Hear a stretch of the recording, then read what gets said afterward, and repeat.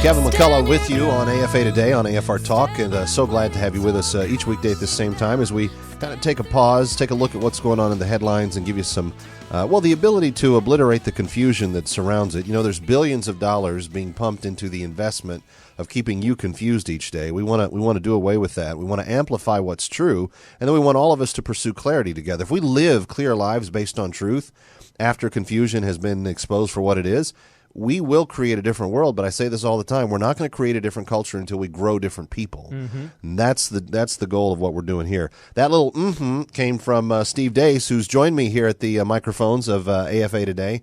And Steve, that last caller, he reflected some things that I've heard often. You know, if we don't get it from this outlet, we won't. The people won't hear about it. But that's only part of the problem in making these stories that actually do count for something relevant to elections. Sometimes the fault falls on the candidate himself. Yeah, Everett, if you're still listening, you're right. But with all due respect, I think your assumption's incomplete. Because your assumption, for me to carry it to its logical conclusion, is that there is no alternative means by which to invade the mainstream with the knowledge and the truth of this story. And there is. I'll give you an example. During the 2012 election, do you know how many people watched the least watched of the presidential debates?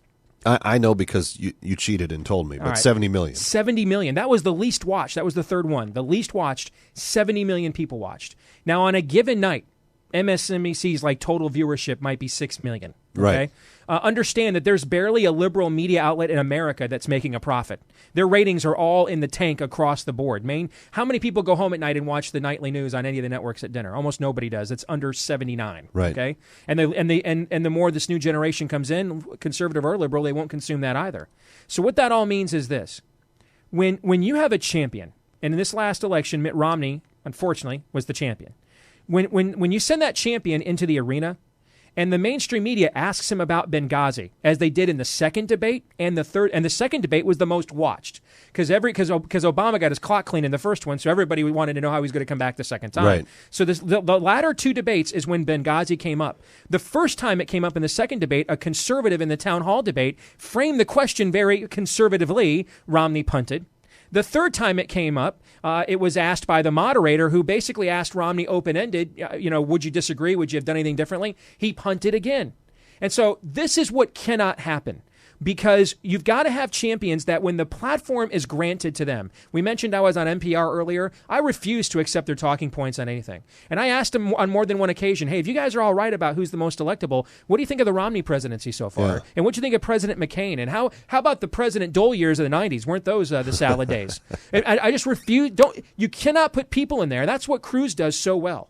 That's what Reagan did so well. And understand, Reagan was in an era when guys like you and I did not exist, brother. There wasn't AFRs. There wasn't Fox News. There wasn't Drudge Reports. There wasn't alternative media. And the mainstream media not only put their slant on it, they even decided what stories got covered at all. Yeah. And so and what you had in Reagan was a guy who used his platform to refuse to accept their talking points and change the conversation. You've got to have champions that when you put them up there to represent you in these elections and they're granted the platform, they have to use that platform to their advantage. And if they don't, it wouldn't matter how much media we took over. We can't overcome the lack of courage of our own representatives. Got to have a spine, and it matters. 888-589-8840. Let's go back to the phones because there's a lot of you that want to weigh in. Let's talk with Haywood, who's calling us from Mississippi as well. Haywood, welcome. You're up with Kevin McCullough and Steve Deace. Hi. Hi. Great show today. Your guest, somebody finally had the nerve to say the word communism and abortion in the same breath. We would let all Americans know that our number one problem was 1973, Roe versus Wade. Yep. We began to sanction the killing of the most innocent. From that day on, America's gone downhill culturally, morally. Look at where we're at now. It's almost out of control. I would like to ask for all men and women of good faith, American patriots, to band together and realize this is a republic. Your guest is absolutely right. This is a republic. We own it. We need to stand together now. If we don't stop it now, we're going to lose the country. Well said, Haywood. And God bless Don. No, I appreciate that. Thank you for your comments, and well said. Let me just go straight to another caller. Hector in South Carolina, you're up next with Kevin McCullough and Steve Deace. Hi. Good New Year to you, gentlemen. Thank you. Yeah, congratulations. I've been waiting over 30 minutes. Y'all got kind of long-winded there, but on my little prepaid phone here, I call once in a while. And if I could speak for a minute, I sure would appreciate it. Yes, I'm going to clear all this up. You can talk about all these pretty much Satanists running our country and all the losers out there that are doing us wrong. The church can go on and on and on and on and on and on about it, and nothing's going to get any better until the church comes together and unifies and makes God the main thing, instead of treating Christianity as something else to do instead of living it as a lifestyle. I'm going to tell you something right now. If you really don't love Jesus Christ as your personal Savior and Lord, then you're not going to serve Him, you're not going to be dedicated to Him, and you're sure is not going to have a ministry worth 2 cents. It's going to fall apart like a $2 suitcase in a rainstorm. I'm going to tell you something else, because the church, not everybody in the church, but the church as a whole over the years has not been doing what they're supposed to be doing, enforcing the victory Jesus Christ gave us on the cross and taking it to the enemy that was already defeated. And we wouldn't be in this situation at all today and in as terrible shape as we have been. We haven't followed the formula our forefathers gave us in the very beginning and stuck to it. You always had people that always wanted to take it apart at the seams and pick at it until they pick it apart. And the church has been blinded, have been contented, complacent, and comfortable, and now politically correct, and just whatever it may be, que sera, trying to keep the peace. I want to tell you something. The enemy's having field day. Satan couldn't wait for somebody like this to be in office to run our country, and he's having field day with us. The church has been in damage control way too long, and now we're really feeling the pain. So if you really want some business to be taken care of, we need to unify as a church body and pray this Satanist out of there in D.C., this president on down, and pray him out of there in unity and let God take care of it. Thank you very Hector, much. I appreciate the call. Thank you.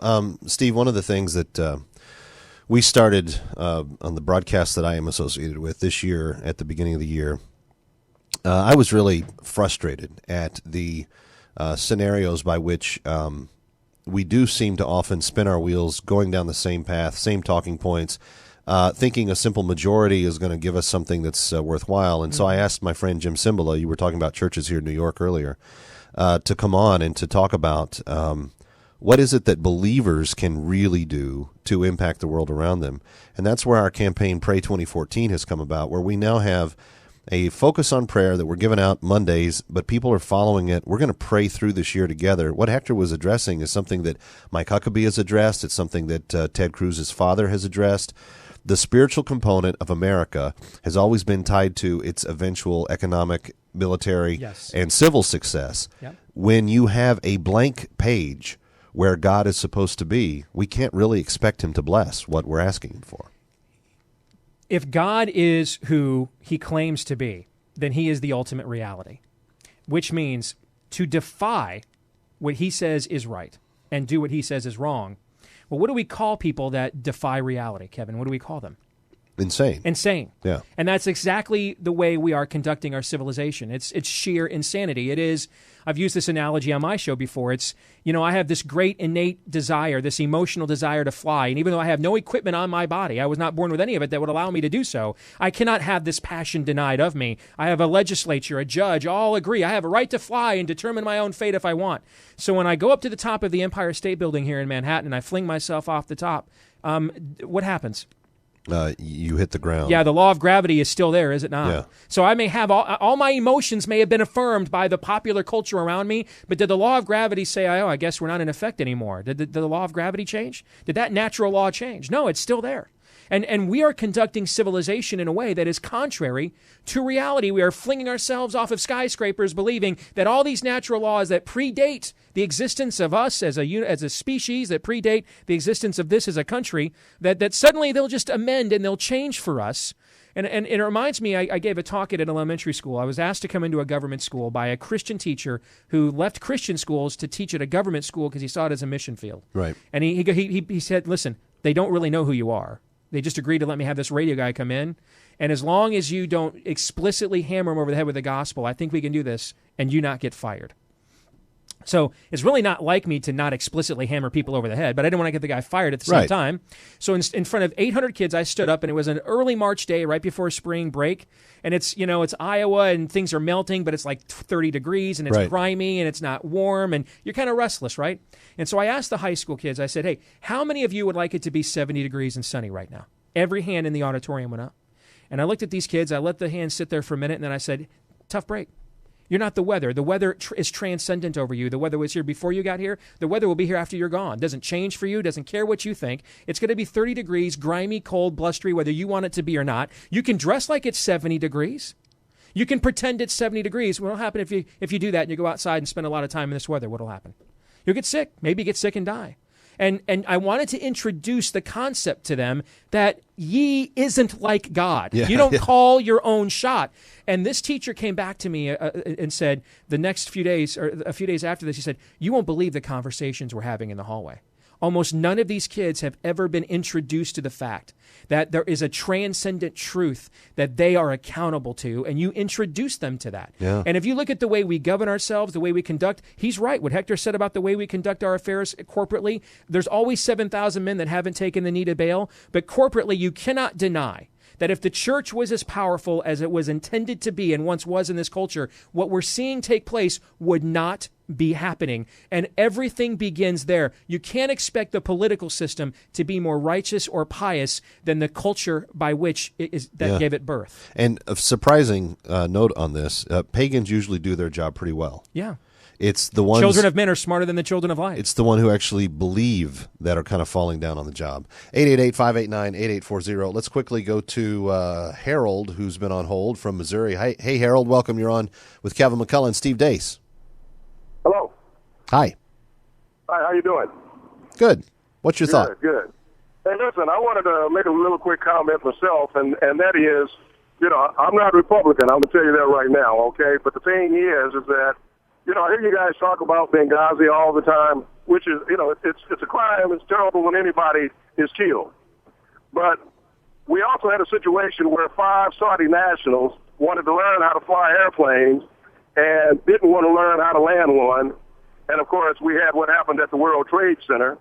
And instead of the sitting president at that time going after the people who were responsible for that, Osama bin Laden, he attacked a country that had nothing to do with 911, committed the lives of over 3,000 of our soldiers, hundreds of thousands were injured, hundreds of thousands of Iraqis that have died and are still being injured because of it. Harold, I just need to correct your version of history. The first place that President Bush went to was Afghanistan, which was the base for where Al-Qaeda had trained. That was where Osama bin Laden was basing his operations. He didn't go to Iraq till years later. So we went to Iraq after 911. And also, just to show you Harold, you're historically and factually mistaken. We went to Afghanistan after 9/11, and then we went to Iraq after we went to Afghanistan. And you need to go check your history because that's how it happened. Any thoughts? I'm trying to guess where I think Harold was ultimately going to go. And regardless of whether his chain of events is correct, and you point out it's not, if his point is, and it's tough to put words in somebody's mouth, but if his point is that we as a church have to be, it's a tightrope when you engage a political system that is based on a partisan business model. Absolutely. That you do not lose yourself in it. And I know plenty of, I'm as conservative as it gets, but I know plenty of, and you know that, but I've got plenty of friends that treat the Republican Party like it's a denomination. Nope. And by the way, I've got plenty of black minister friends that do the exact same thing with the Democrat Party, where it's almost like sometimes we get around the dinner table and we thank the parties, the political parties, for the food at our table. So if his point is that we're going to have a hard time witnessing to a culture if we're going to be pawns of a partisan political system, I don't disagree with that. Yeah, but we agree. that's assuming that might be his point. I don't know if that's what his point was. I think that is actually exactly where he was going. And I agree with him. I actually hold to Harold's because I don't have a jersey in that game. I'm not on either team. What I want to see is accountability for all decisions made. Mm-hmm. Because I think, and this is probably where we can land today, Steve, I think the vast majority of Americans forget that in the biblical construct of government, the president is not Caesar in America. Congress is not Caesar in America. you and I and the people listening and those that cast their votes and those that participate in the electoral, we are seasoned. That is correct. These people are our employees. They work for us Amen. at our discretion. Yep. And we should hire them and fire them based on the quality of the work they do, based on the job assignments that they're given at the time. You run a business. I run a business. Do you walk up to your employees and say, man, I'm so excited to meet you. Can I get my picture taken with you? Yeah. Do you do that? No. No. When you need your employees to do something for you, do you beg them for just a moment of their time? And I know you're really busy. Thanks so much for coming to my parade and showing up. Do you do that? No. Then why do we do that with our employees in Washington D.C.? I don't know. Why do we do that? Why are we treat politicians like they're matinee idols on Tiger Beat? Why do they do that? And one quick thing we learned last year: we fought back against amnesty when the system wanted it. We fought back against invading Syria when the system wanted it. Right? We fought back against defunding Obamacare when the House Republicans didn't want to do it. We learned last year that when we stand up, we fought back against Duck Dynasty. Yep. We learned that when we do stand up and take a stand, we can still bend the system to our will. We just don't do it enough. Yeah, I agree. All right, be listening because the Steve Deace Show comes your way on many of these stations in the evenings. So does the Kevin McCullough Show. It's Kevin McCullough on AFA Today, AFR Talk from New York. And Steve, thanks for coming by, and best wishes on the rest of your stay in New York. Always a lot of fun, brother. Thanks. All right, Brian Fisher's up next, Focal Point, and if he's in any kind of mood the way he's been tweeting today, you're in for a fireball of a show. I'll just leave it at that as we bid you adieu, and hope you'll come back next time. Kevin McCullough, reach me on Facebook, facebook.com/KMC01, or the AFAtoday.com page, also on Facebook. We'll see you next time here on AFA Today on AFR Talk.